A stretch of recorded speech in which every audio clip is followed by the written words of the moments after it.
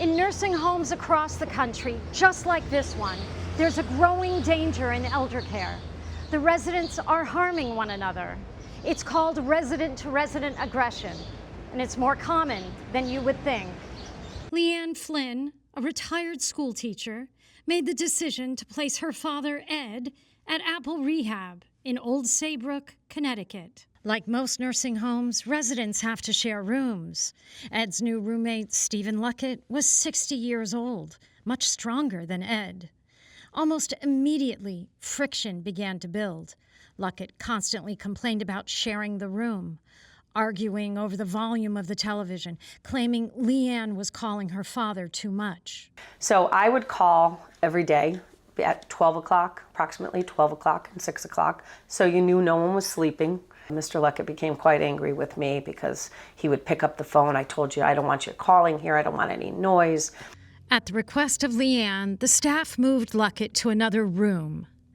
On the last day of Ed's life, Leanne spent the morning with her father, making a list of the things they would do together.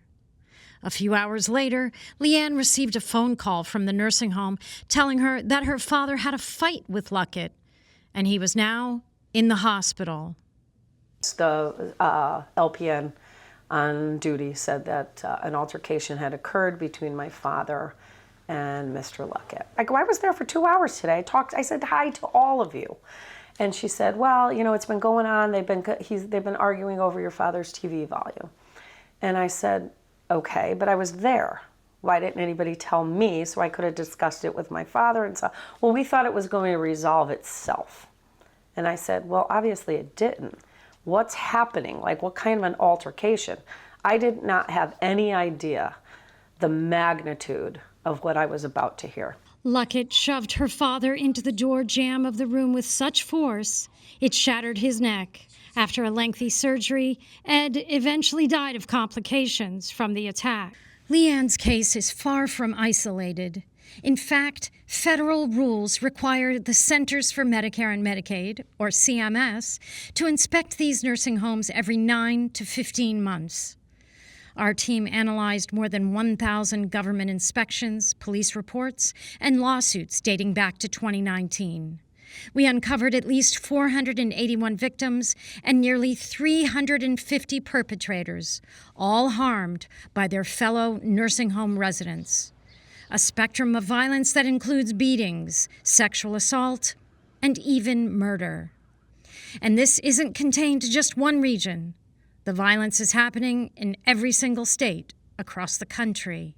Alon Caspi, an expert in resident-to-resident aggression, says the cause of these violent outbreaks is systemic. So some of the major warning signs have to do with history of distressed behavioral expressions.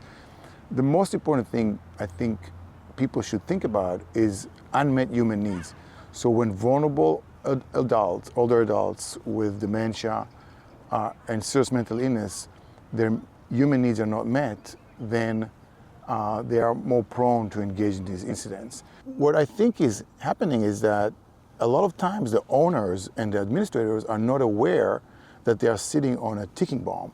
So you have workforce crisis that feeds into poor staffing levels, and then there's inadequate training, such as dementia care or how to care for people with serious mental illness. And then you have lack of nursing leadership and nursing risk assessment. The Biden administration instituted a minimum staffing requirement for nursing homes in 2024. It was quickly eliminated by Trump's big, beautiful bill in 2025. I was blessed with two of the most incredible human beings to call my own. They really have shaped me into who I am. They were the most giving, loving people you could ever meet.